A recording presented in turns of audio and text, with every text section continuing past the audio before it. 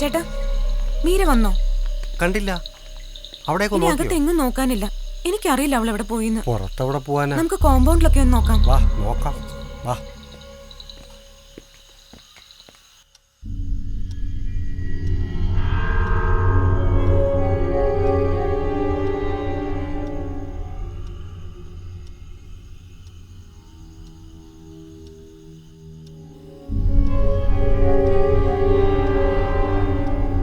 ഇനി കൂടുതലൊന്നും ആലോചിക്കാനില്ല പൂജ.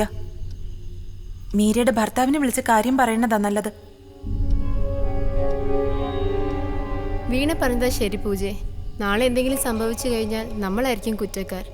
ഇപ്പൊ തന്നെ സമയം 10:30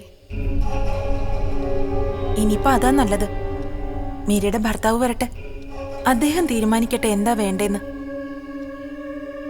അതെ, അതാ നല്ലത്.